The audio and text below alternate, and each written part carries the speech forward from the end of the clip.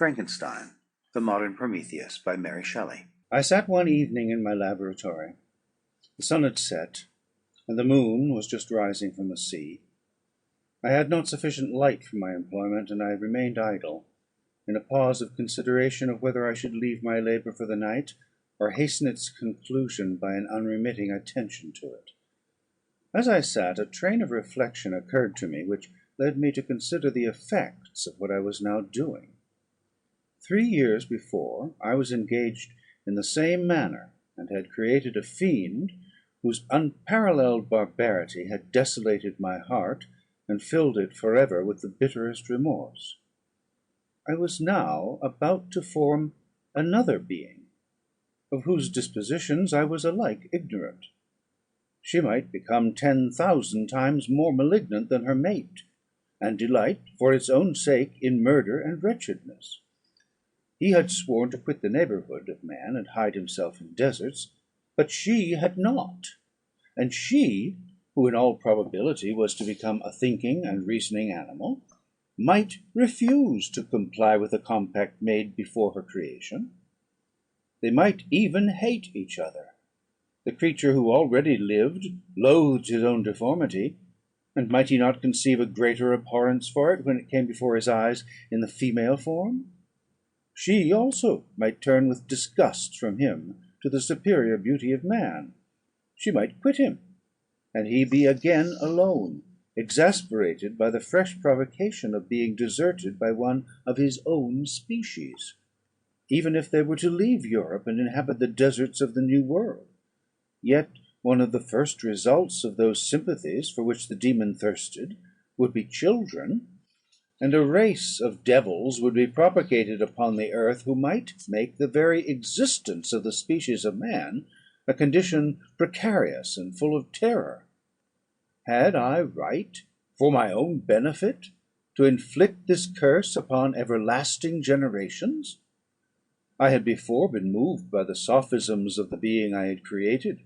I had been struck senseless by his fiendish threats; but now, for the first time, the wickedness of my promise burst upon me.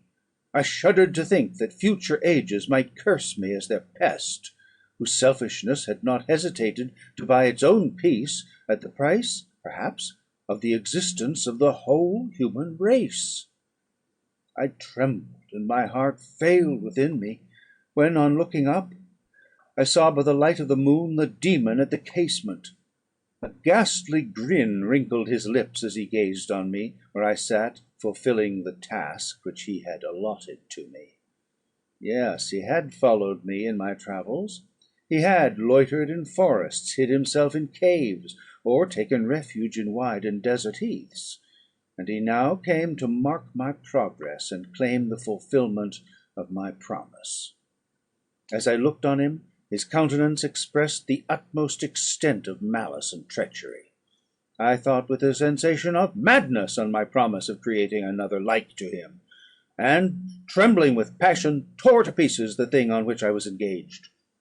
The wretch saw me destroy the creature on whose future existence he depended for happiness, and with a howl of devilish despair and revenge, withdrew. I left the room, and, locking the door, made a solemn vow in my own heart never to resume my labours; and then, with trembling steps, I sought my own apartment. I was alone. None were near me to dissipate the gloom, and relieve me from the sickening oppression of the most terrible reveries. Several hours passed, and I remained near my window gazing on the sea. It was almost motionless, for the winds were hushed, and all nature reposed under the eye of the quiet moon. A few fishing vessels alone specked the water, and now and then the gentle breeze wafted the sound of voices as the fishermen called to one another.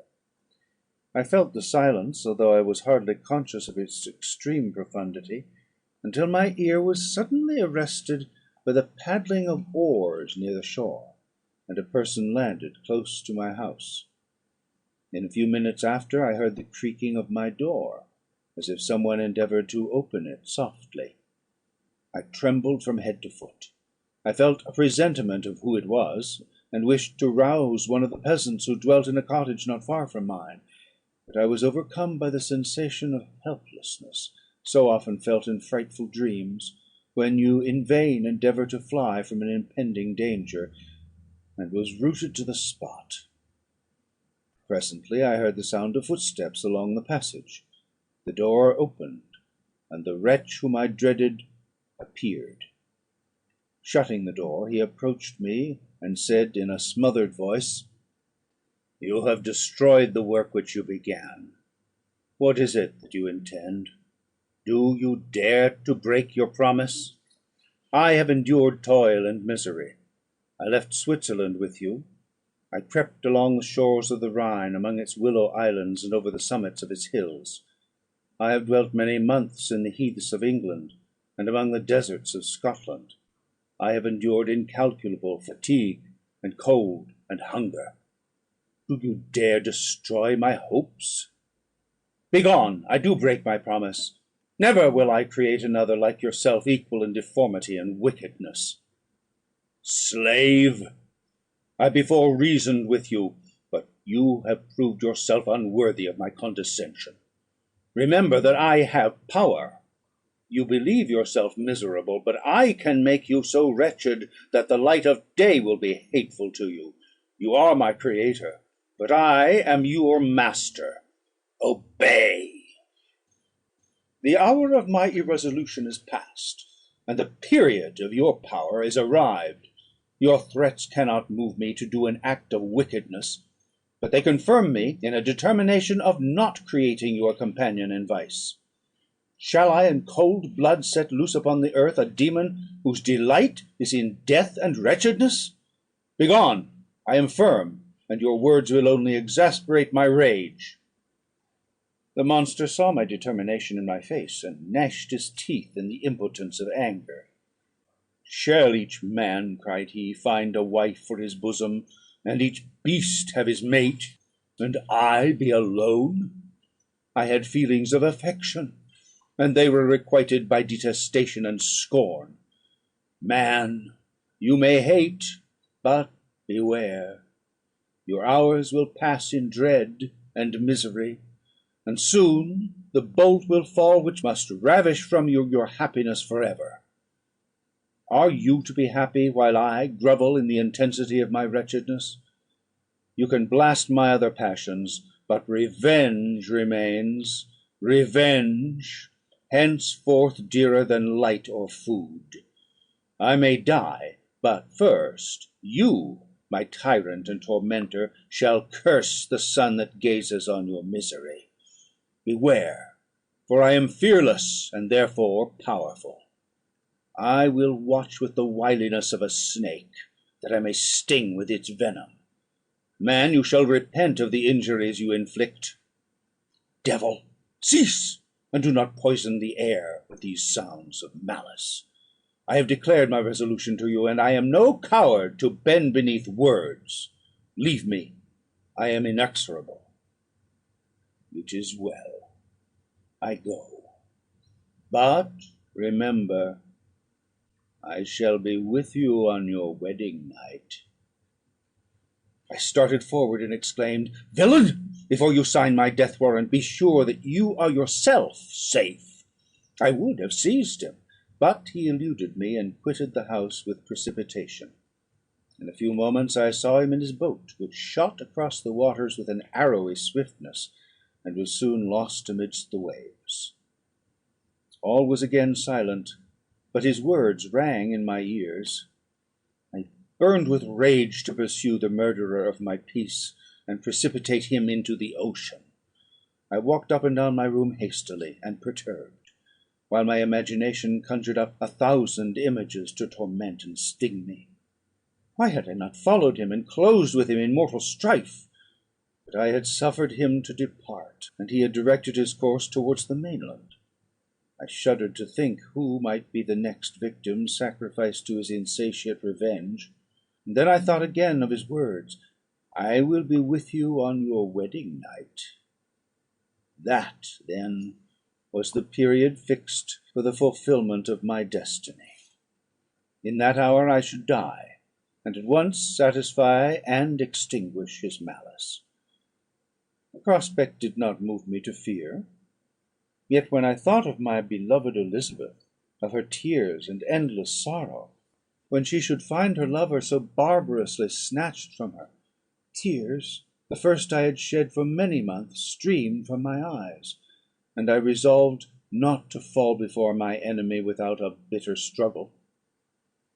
The night passed away, and the sun rose from the ocean.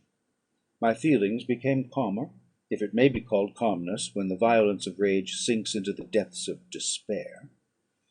I left the house, the horrid scene of the last night's contention, and walked on the beach of the sea, which I almost regarded as an insuperable barrier between me and my fellow creatures. Nay, a wish that such should prove the fact stole across me. I desired that I might pass my life on that barren rock, wearily it is true, but uninterrupted by any sudden shock of misery. If I returned, it was to be sacrificed, or to see those whom I most loved die under the grasp of a demon whom I had myself created. I walked about the isle like a restless spectre, separated from all it loved, and miserable in the separation. When it became noon, and the sun rose higher, I lay down on the grass, and was overpowered by a deep sleep. I had been awake the whole of the preceding night. My nerves were agitated, and my eyes inflamed by watching and misery. The sleep into which I now sunk refreshed me, and when I awoke I again felt as if I belonged to a race of human beings like myself, and I began to reflect upon what had passed with greater composure. Yet still the words of the fiend rang in my ears like a death knell. They appeared like a dream, yet distinct and oppressive as a reality. The sun had far descended, and I still sat on the shore, satisfying my appetite, which had become ravenous, with an oaten cake, when I saw a fishing boat land close to me, and one of the men brought me a packet. It contained letters from Geneva, and one from Clerval, entreating me to join him. He said that he was wearing away his time fruitlessly where he was, that letters from the friends he had formed in London desired his return to complete the negotiation they had entered into for his Indian enterprise. He could not any longer delay his departure; but as his journey to London might be followed, even sooner than he now conjectured, by his longer voyage, he entreated me to bestow as much of my society on him as I could spare. He besought me therefore to leave my solitary isle, and to meet him at Perth, that we might proceed southwards together. This letter in a degree recalled me to life, and I determined to quit my island at the expiration of 2 days. Yet, before I departed, there was a task to perform on which I shuddered to reflect.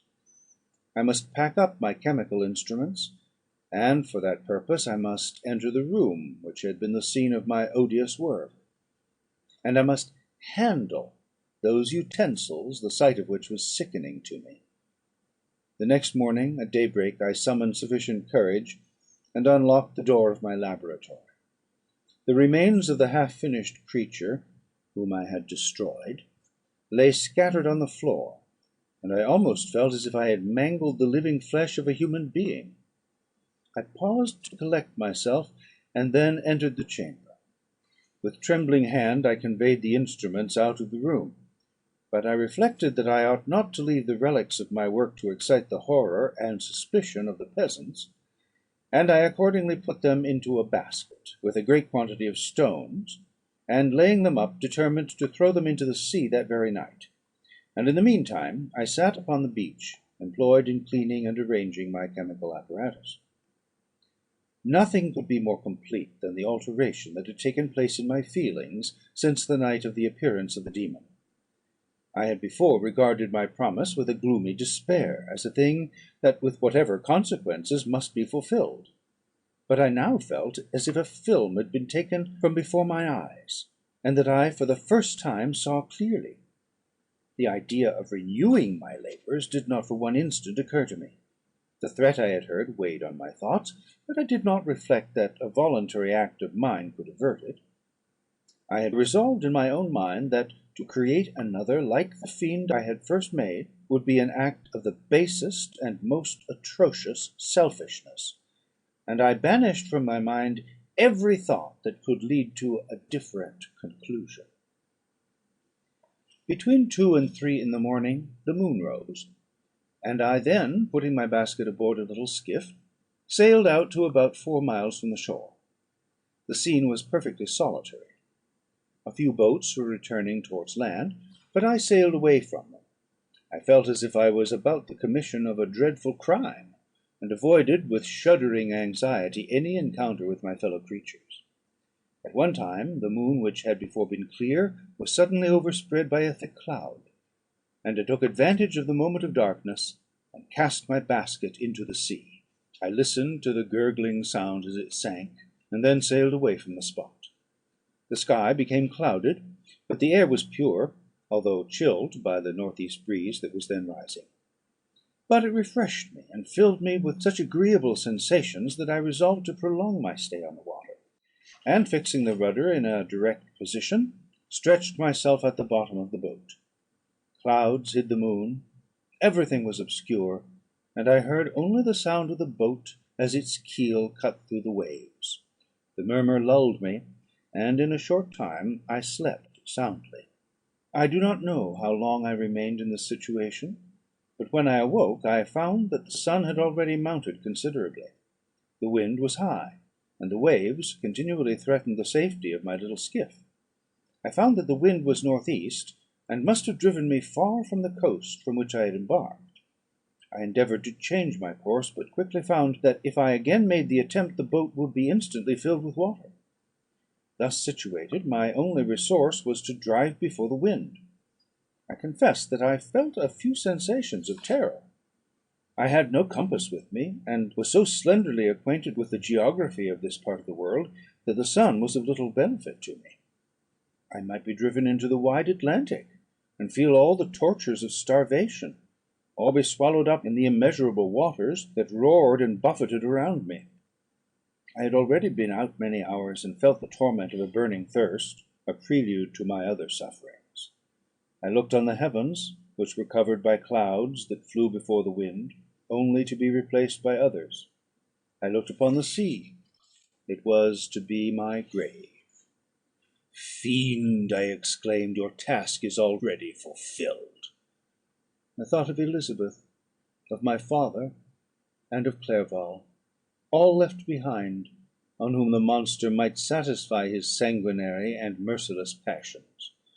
This idea plunged me into a reverie so despairing and frightful, that even now, when the scene is on the point of closing before me for ever, I shudder to reflect on it.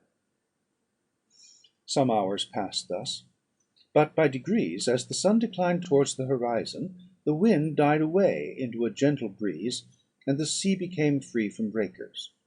But these gave place to a heavy swell. I felt sick, and hardly able to hold the rudder, when suddenly I saw a line of high land towards the south. Almost spent as I was by fatigue and the dreadful suspense I endured for several hours, this sudden certainty of life rushed like a flood of warm joy to my heart, and tears gushed from my eyes. How mutable are our feelings, and how strange is that clinging love we have of life, even in the excess of misery! I constructed another sail with a part of my dress, and eagerly steered my course towards the land. It had a wild and rocky appearance, but as I approached nearer, I easily perceived the traces of cultivation. I saw vessels near the shore, and found myself suddenly transported back to the neighbourhood of civilized man. I carefully traced the windings of the land, and hailed a steeple, which I at length saw issuing from behind a small promontory. As I was in a state of extreme debility, I resolved to sail directly towards the town, as a place where I could more easily procure nourishment. Fortunately, I had money with me. As I turned the promontory, I perceived a small neat town and a good harbour, which I entered, my heart bounding with joy at my unexpected escape. As I was occupied in fixing the boat and arranging the sails, several people crowded towards the spot. They seemed much surprised at my appearance, but instead of offering me any assistance, whispered together with gestures that at any other time might have produced in me a slight sensation of alarm. As it was, I merely remarked that they spoke English, and I therefore addressed them in that language. "My good friend," said I, "will you be so kind as to tell me the name of this town, and inform me where I am?" "You will know that soon enough," replied a man with a hoarse voice. "Maybe you are come to a place that will not prove much to your taste, but you will not be consulted as to your quarters, I promise you." I was exceedingly surprised on receiving so rude an answer from a stranger, and I was also disconcerted on perceiving the frowning and angry countenances of his companions. "Why do you answer me so roughly?" I replied. "Surely it is not the custom of Englishmen to receive strangers so inhospitably?" "I do not know," said the man, "what the custom of the English may be, but it is the custom of the Irish to hate villains." While this strange dialogue continued, I perceived the crowd rapidly increase. Their faces expressed a mixture of curiosity and anger, which annoyed and in some degree alarmed me. I inquired the way to the inn, but no one replied. I then moved forward, and a murmuring sound arose from the crowd as they followed and surrounded me, when an ill-looking man, approaching, tapped me on the shoulder, and said, "Come, sir, you must follow me to Mr. Kirwan's, to give an account of yourself."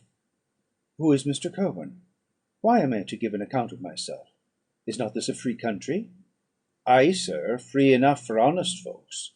Mr. Kirwan is a magistrate, and you are to give an account of the death of a gentleman who was found murdered here last night."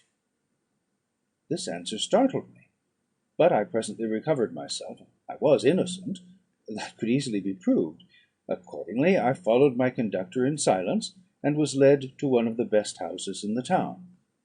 I was ready to sink from fatigue and hunger, but being surrounded by a crowd, I thought it politic to rouse all my strength, that no physical debility might be construed into apprehension or conscious guilt. Little did I then expect the calamity that was in a few moments to overwhelm me, and extinguish in horror and despair all fear of ignominy or death. I must pause here, for it requires all my fortitude to recall the memory of the frightful events which I am about to relate in proper detail to my recollection. I was soon introduced into the presence of the magistrate, an old benevolent man with calm and mild manners. He looked upon me, however, with some degree of severity, and then, turning towards my conductors, he asked who appeared as witnesses on this occasion.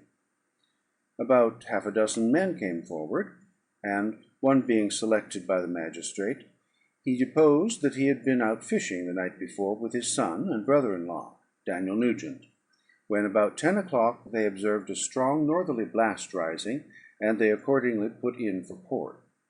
It was a very dark night, as the moon had not yet risen. They did not land at the harbour, but, as they had been accustomed, at a creek about 2 miles below. He walked on first, carrying a part of the fishing tackle, and his companions followed him at some distance. As he was proceeding along the sands, he struck his foot against something, and fell at his length on the ground. His companions came up to assist him, and by the light of their lantern they found that he had fallen on the body of a man, who was to all appearance dead. The first supposition was that it was the corpse of some person who had been drowned, and was thrown on shore by the waves; but on examination they found that the clothes were not wet, and even that the body was not then cold. They instantly carried it to the cottage of an old woman near the spot, and endeavoured, but in vain, to restore it to life. It appeared to be a handsome young man, about 25 years of age. He had apparently been strangled, for there was no sign of any violence except the black mark of fingers on his neck.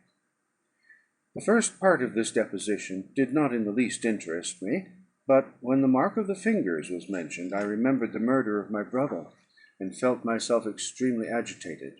My limbs trembled, and a mist came over my eyes, which obliged me to lean on a chair for support. The magistrate observed me with a keen eye, and, of course, drew an unfavourable augury from my manner. The son confirmed his father's account, but when Daniel Nugent was called, he swore positively that just before the fall of his companion he saw a boat with a single man in it at a short distance from the shore, and as far as he could judge by the light of a few stars, it was the same boat in which I had just landed. A woman deposed that she lived near the beach, and was standing at the door of her cottage, waiting for the return of the fisherman, about an hour before she heard of the discovery of the body, when she saw a boat with only one man in it push off from that part of the shore where the corpse was afterwards found. Another woman confirmed the account of the fishermen having brought the body into her house. It was not cold. They put it into a bed and rubbed it, and Daniel went to the town for an apothecary, but life was quite gone. Several other men were examined concerning my landing, and they agreed that, with the strong north wind that had arisen during the night, it was very probable that I had beaten about for many hours, and had been obliged to return nearly to the same spot from which I had departed. Besides, they observed that it appeared that I had brought the body from another place, and it was likely that, as I did not appear to know the shore, I might have put into the harbour, ignorant of the distance of the town of from the place where I had deposited the corpse. Mr. Kerwin, on hearing this evidence, desired that I should be taken into the room where the body lay for interment, that it might be observed what effect the sight of it would produce upon me.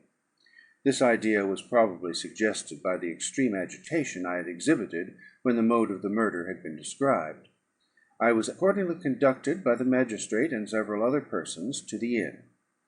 I could not help being struck by the strange coincidences that had taken place during the eventful night, but knowing that I had been conversing with several persons in the island I had inhabited about the time that the body had been found, I was perfectly tranquil as to the consequences of the affair. I entered the room where the corpse lay, and was led up to the coffin. How can I describe my sensations on beholding it? I feel yet parched with horror, nor can I reflect on that terrible moment without shuddering and agony.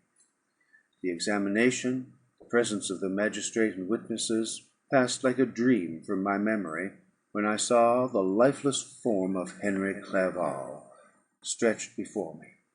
I gasped for breath, and throwing myself on the body, I exclaimed, "Have my murderous machinations deprived you also, my dearest Henry, of life? 2 have I already destroyed. Other victims await their destiny, but you, Clerval, my friend, my benefactor."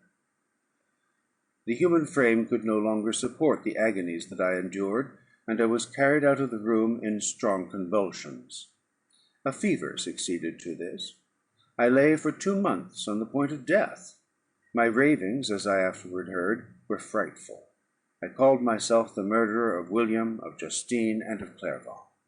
Sometimes I entreated my attendants to assist me in the destruction of the fiend by whom I was tormented, and at others I felt the fingers of the monster already grasping my neck, and screamed aloud with agony and terror. Fortunately, as I spoke my native language, Mr. Kerwin alone understood me, but my gestures and bitter cries were sufficient to affright the other witnesses. Why did I not die?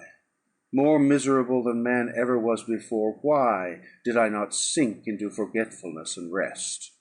Death snatches away many blooming children, the only hopes of their doting parents. How many brides and youthful lovers have been one day in the bloom of health and hope, and the next a prey for worms and the decay of the tomb? Of what materials was I made that I could thus resist so many shocks, which, like the turning of the wheel, continually renewed the torture? But I was doomed to live, and in 2 months found myself, as awaking from a dream, in a prison, stretched on a wretched bed, surrounded by jailers, turnkeys, bolts, and all the miserable apparatus of a dungeon. It was morning, I remember, when I thus awoke to understanding. I had forgotten the particulars of what had happened, and only felt as if some great misfortune had suddenly overwhelmed me. But when I looked around and saw the barred windows and the squalidness of the room in which I was, all flashed across my memory, and I groaned bitterly.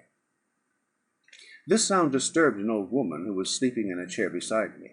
She was a hired nurse, the wife of one of the turnkeys, and her countenance expressed all those bad qualities which often characterize that class. The lines of her face were hard and rude, like that of persons accustomed to see, without sympathizing in, sights of misery. Her tone expressed her entire indifference, She addressed me in English, and the voice struck me as one that I had heard during my sufferings. "Are you better now, sir?" said she. I replied in the same language, with a feeble voice, "I believe I am; but if it be all true, if indeed I did not dream, I am sorry that I am still alive to feel this misery and horror." "For that matter," replied the old woman, "if you mean about the gentleman you murdered, I believe that it were better for you if you were dead, for I fancy it will go hard with you. However, that's none of my business. I am sent to nurse you and get you well. I do my duty with a safe conscience. It were well if everybody did the same." I turned with loathing from the woman who could utter so unfeeling a speech to a person just saved on the very edge of death; but I felt languid and unable to reflect on all that had passed. The whole series of my life appeared to me as a dream. I sometimes doubted if indeed it were all true, for it never presented itself to my mind with the force of reality. As the images that floated before me became more distinct, I grew feverish. A darkness pressed around me. No one was near me who soothed me with the gentle voice of love. No dear hand supported me. The physician came and prescribed medicines, and the old woman prepared them for me, but utter carelessness was visible in the first, and the expression of brutality was strongly marked in the visage of the second. Who could be interested in the fate of a murderer but a hangman who would gain his fee? These were my first reflections; but I soon learned that Mr. Kirwin had shown me extreme kindness. He had caused the best room in the prison to be prepared for me. Wretched indeed was the best; and it was he who had provided a physician and a nurse. It is true he seldom came to see me, for although he ardently desired to relieve the sufferings of every human creature, he did not wish to be present at the agonies and miserable ravings of a murderer. He came therefore sometimes to see that I was not neglected, but his visits were short and with long intervals. One day, when I was gradually recovering, I was seated in a chair, my eyes half open, and my cheeks livid like those in death. I was overcome by gloom and misery, and often reflected that I had better seek death than desire to remain in a world which to me was replete with wretchedness. At one time I considered whether I should not declare myself guilty, and suffer the penalty of the law, less innocent than poor Justine had been. Such were my thoughts when the door of my apartment was opened, and Mr. Kirwin entered. His countenance expressed sympathy and compassion. He drew a chair close to mine, and addressed me in French. "I fear that this place is very shocking to you. Can I do anything to make you more comfortable?" "I thank you, but all that you mention is nothing to me. On the whole earth there is no comfort which I am capable of receiving." "I know that the sympathy of a stranger can be but of little relief to one borne down, as you are, by so strange a misfortune. But you will, I hope, soon quit this melancholy abode, for doubtless evidence can easily be brought to free you from the criminal charge." "That is my least concern. I am, by a course of strange events, become the most miserable of mortals. Persecuted and tortured as I am and have been, can death be any evil to me? Nothing indeed could be more unfortunate and agonizing than the strange chances that have lately occurred. You were thrown by some surprising accident on this shore, renowned for its hospitality, seized immediately, and charged with murder. The first sight that was presented to your eyes was the body of your friend, murdered in so unaccountable a manner, and placed, as it were, by some fiend across your path." As Mr. Kirwin said this, notwithstanding the agitation I endured on this retrospect of my sufferings, I also felt considerable surprise at the knowledge he seemed to possess concerning me. I suppose some astonishment was exhibited in my countenance, for Mr. Kirwin hastened to say, "Immediately upon your being taken ill, all the papers that were on your person were brought me, and I examined them, that I might discover some trace by which I could send to your relations an account of your misfortune and illness. I found several letters, and among others one which I discovered from its commencement to be from your father. I instantly wrote to Geneva. Nearly 2 months have elapsed since the departure of my letter. But you are ill. Even now you tremble. You are unfit for agitation of any kind." This suspense is 1,000 times worse than the most horrible event. Tell me, what new scene of death has been enacted, and whose murder I am now to lament?" "Your family is perfectly well," said Mr. Kirwin with gentleness, "and someone, a friend, is come to visit you." I know not by what chain of thought the idea presented itself, but it instantly darted into my mind that the murderer had come to mock at my misery and taunt me with the death of Clerval, as a new incitement for me to comply with his hellish desires. I put my hand before my eyes, and cried out in agony, "Oh, take him away! I cannot see him. For God's sake, do not let him enter." Mr. Kirwin regarded me with a troubled countenance. He could not help regarding my exclamation as a presumption of my guilt, and said in rather a severe tone, "I should have thought, young man, that the presence of your father would have been welcome, instead of inspiring such violent repugnance." "My father?" cried I, while every feature and every muscle was relaxed from anguish to pleasure. "Is my father indeed come? How kind, how very kind! But where is he? Why does he not hasten to me?" My change of manner surprised and pleased the magistrate. Perhaps he thought that my former exclamation was a momentary return of delirium, and now he instantly resumed his former benevolence. He rose and quitted the room with my nurse, and in a moment my father entered it. Nothing at this moment could have given me greater pleasure than the arrival of my father. I stretched out my hand to him, and cried, "Are you then safe? And Elizabeth? And Ernest?" My father calmed me with assurances of their welfare, and endeavoured, by dwelling on the subject so interesting to my heart, to raise my desponding spirits. But he soon felt that a prison cannot be the abode of cheerfulness. "What a place is this that you inhabit, my son?" said he, looking mournfully at the barred windows and wretched appearance of the room. "You travelled to seek happiness, but a fatality seems to pursue you. And poor Clerval!" The name of my unfortunate and murdered friend was an agitation too great to be endured in my weak state. I shed tears. "Alas! Yes, my father," replied I, "some destiny of the most horrible kind hangs over me, and I must live to fulfil it, for surely I should have died on the coffin of Henry." We were not allowed to converse for any length of time, for the precarious state of my health rendered every precaution necessary that could ensure tranquillity. Mr. Kirwin came in, and insisted that my strength should not be exhausted by too much exertion.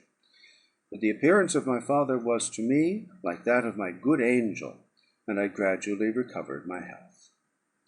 As my sickness quitted me, I was absorbed by a gloomy and black melancholy that nothing could dissipate.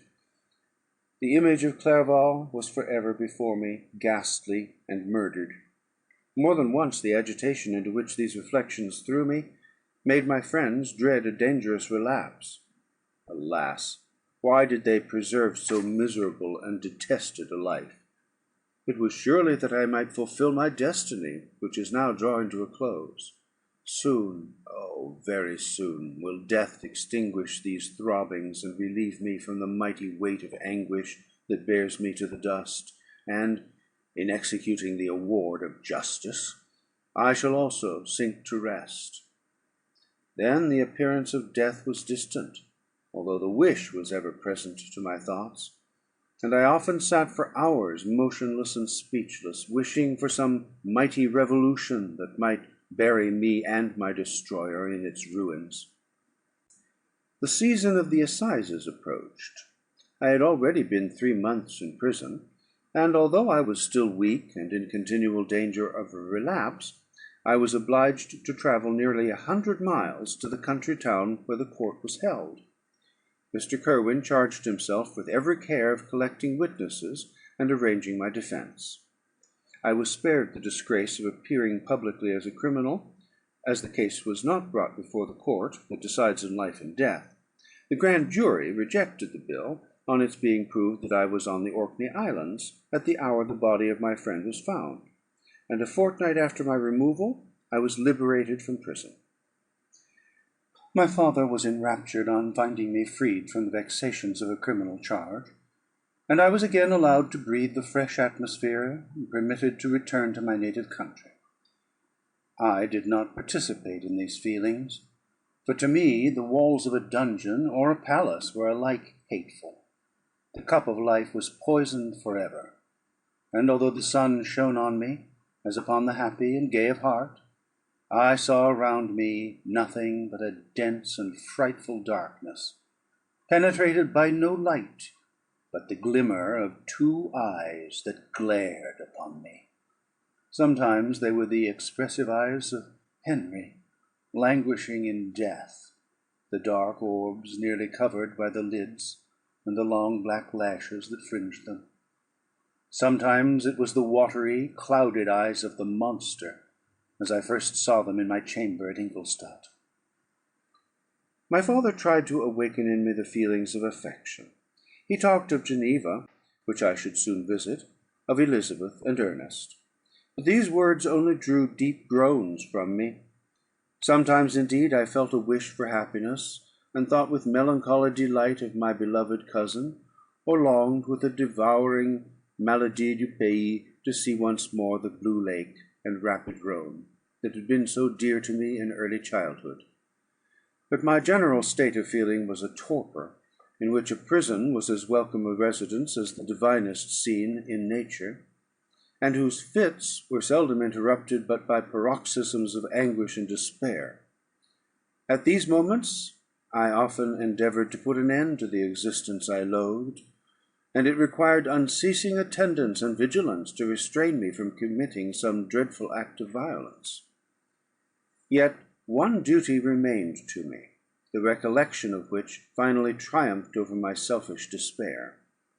It was necessary that I should return without delay to Geneva, there to watch over the lives of those I so fondly loved, and to lie in wait for the murderer, that if any chance led me to the place of his concealment, or if he dared again to blast me by his presence, I might, with unfailing aim, put an end to the existence of the monstrous image which I had endued with the mockery of a soul still more monstrous. My father still desired to delay our departure, fearful that I could not sustain the fatigues of a journey, for I was a shattered wreck, the shadow of a human being. My strength was gone, I was a mere skeleton, and fever night and day preyed upon my wasted frame. Still, as I urged our leaving Ireland with such inquietude and impatience, my father thought it best to yield.